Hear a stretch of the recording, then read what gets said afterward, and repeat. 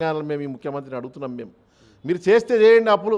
Physical FRBM ఏదైతే పరిమితి ఉంటుందో, ఫిజికల్ డెఫిసిట్ ఏదో పరిమితి ఉంటుందో దాని ప్రకారం మీరు చేయండి. కానీ రిజల్ట్ చూపించండి మేము అడుగుతున్నాం. మానవ వనరులు స్కిల్ డెవలప్మెంట్ ఎక్కడైంది? ఈ రాష్ట్రంలో స్కిల్ డెవలప్మెంట్ ఎక్కడైతుంది? పాఠశాలలు బంద్ అవుతున్నాయి. ఈ రాష్ట్రంలో బడుగు వర్గాలు చదివే పాఠశాలలు గ్రామాల్లో కేసీఆర్ ఉన్నప్పుడు 6,000, మీరు ఉన్నప్పుడు 1,500, 2,000 పైన మీరు ఓపెన్గా చెప్తున్నారు మేము బంద్ చేసి పడేస్తాం పాఠశాల అని చెప్తున్నాం.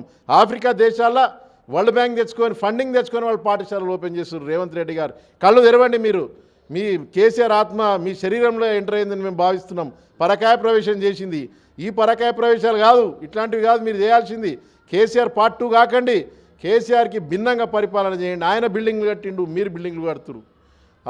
ఇవే పనులు మీరు చేసుకుంటూ కూర్చుంటారు తప్ప కాంట్రాక్టర్లకి మేలు చేకూర్చే పెద్ద పెద్ద భవనాలు ఎవరు అడుగుతున్నారు? గ్రామాల్లో ఉన్న పాఠశాలల టీచర్లను పెంచండి. మీరు ఏమైనా పోయేది ఉందా మీది?